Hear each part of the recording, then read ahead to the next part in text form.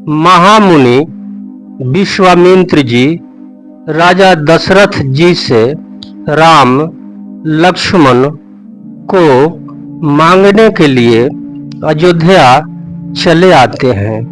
ये कथा अत्यंत महत्वपूर्ण है, जहाँ वे मुनि जप यज्ञ और योग करते थे, परंतु मारीच और सुबाहु से बहुत डरते थे। यज्ञ देखते ही राक्षस दौड़ पड़ते थे और उपद्रव मचाते थे, जिससे मुनि बहुत दुख पाते थे। गांधी के पुत्र विश्वामित्र जी के मन में चिंता छा गई कि ये पापी राक्षस भगवान के मारे बिना न मरेंगे। तब श्रेष्ठ मुनि ने मन में विचार किया कि प्रभु ने पृथ्वी का भार हरने के लिए अवतार लिया है। इसी बहाने जाकर मैं उनके चरणों का दर्शन करूंगा और विनती करके दोनों भाइयों को ले आऊं। आह, जो ज्ञान वैराग और सब गुणों के धाम हैं, उस प्रभु को मैं नेत्र भरकर देखूंगा। बहुत प्रकार से मनोरथ करते हुए जाने में देर न लगे। सरजू नदी के जल में स्नान करके वे राजा के दरवाजे पर पहुँचे। राजा ने जब मुनि का आना सुना, तब वे ब्राह्मणों के समाज को साथ लेकर मिलने गए और दंडवत करके मुनि का सम्मान करते हुए उन्हें लाकर अपने आसन पर बैठाया। चरणों को धोकर बहुत पूजा की और कहा, मेरे समान धन आज दूसरा कोई नहीं है। फिर अनेकों प्रकार के भोजन कराए, जिससे श्रेष्ठ मुनि ने अपने हृदय में बहुत ही हर्ष प्राप्त किया। फिर राजा ने चारों पुत्रों को मुनि के चरणों पर डाल दिया, उनसे प्रणाम कराया। श्री रामचंद्र जी को देखकर मुनि देह की सुधि भूल गए। वे श्री राम जी के मुख की शोभा देखते ही ऐसे मगन हो गए, मानो चकोर पूर्ण चंद्रमा को देखकर लुभा गया हो। तब राजा ने मन में हर्षित होकर ये वचन कहे, हे मुनि, इस प्रकार कृपा तो आपने कभी नहीं की। आज किस कारण से आपका शुभ आगमन हुआ, कहिए, मैं उसे पूरा करने में देर नहीं लगाऊं। मुनि ने कहा, हे राजन, राक्षसों के समूह मुझे बहुत सताते हैं, इसलिए मैं तुमसे कुछ मांगने आया हूँ। छोटे भाई सहित श्री रघुनाथ जी को मुझे दो।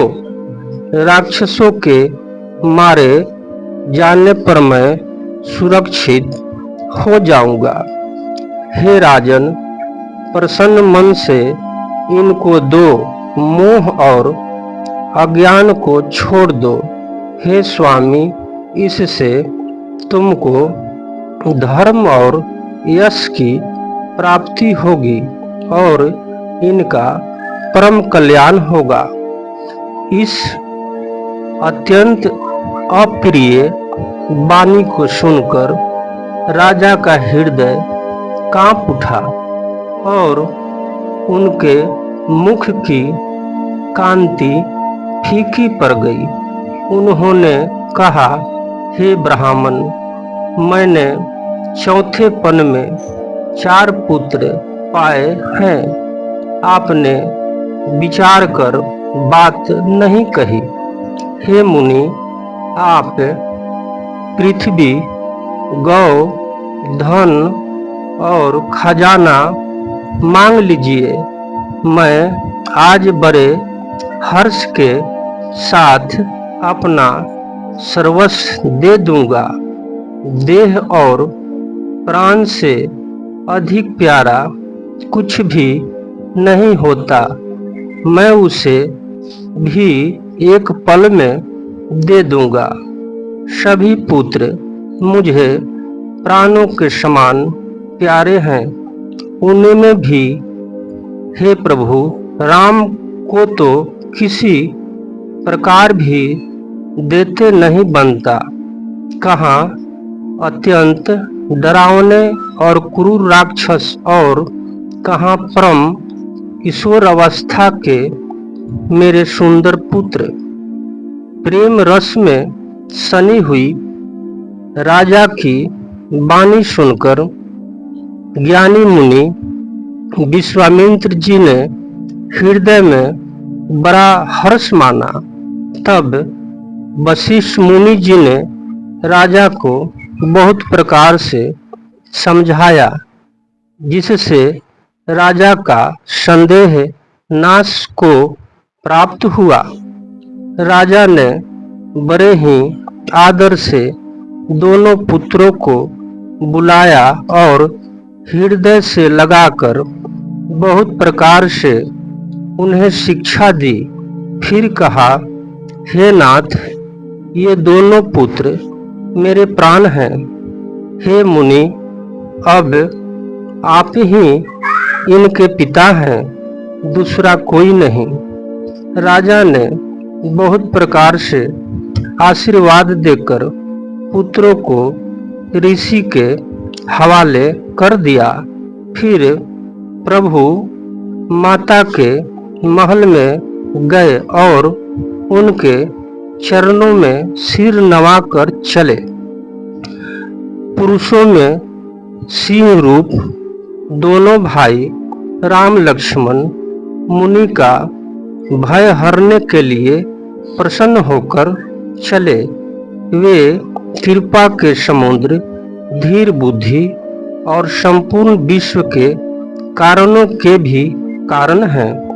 भगवान के लाल नेत्र हैं, चौड़ी छाती और विशाल भुजाएं हैं।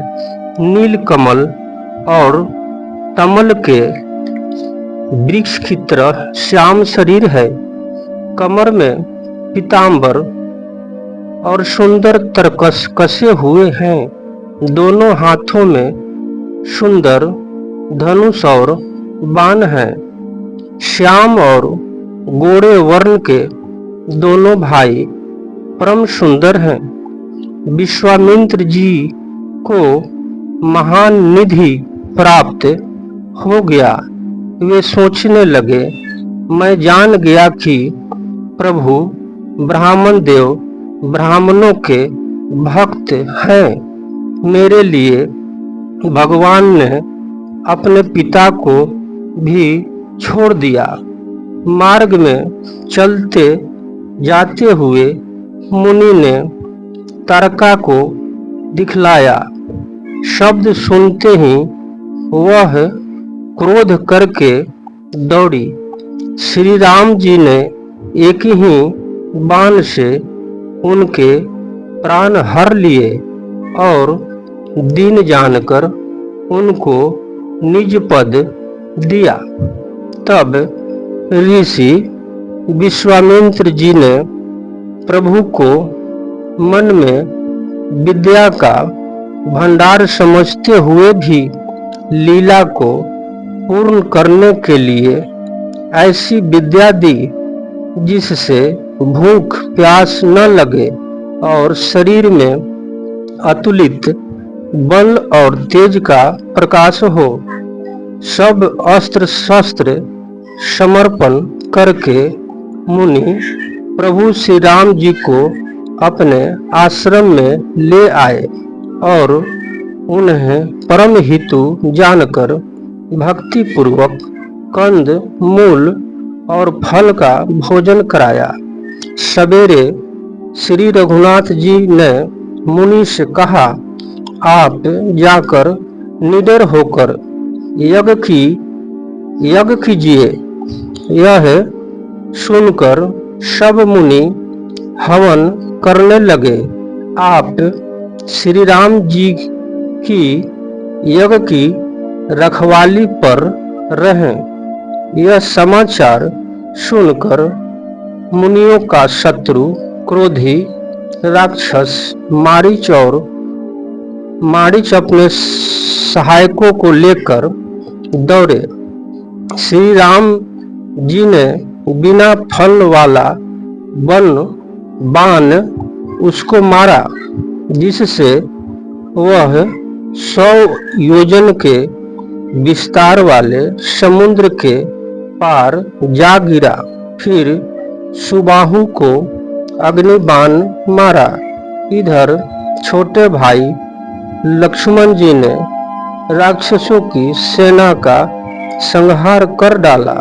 इस प्रकार श्री राम जी ने राक्षसों को मारकर ब्राह्मणों को निर्भय कर दिया। तब सारे देवता और मुनि स्तुति करने लगे। श्री रघुनाथ जी ने वहां कुछ दिन और रहकर ब्राह्मणों पर दया की।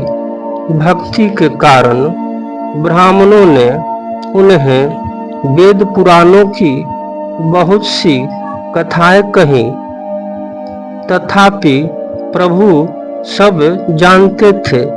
तपस्वी महेश कुमार राम कथा सुनने वाले माता पिता भाई बहन को श्रद्धा और स्नेह के साथ प्रणाम करता हूँ।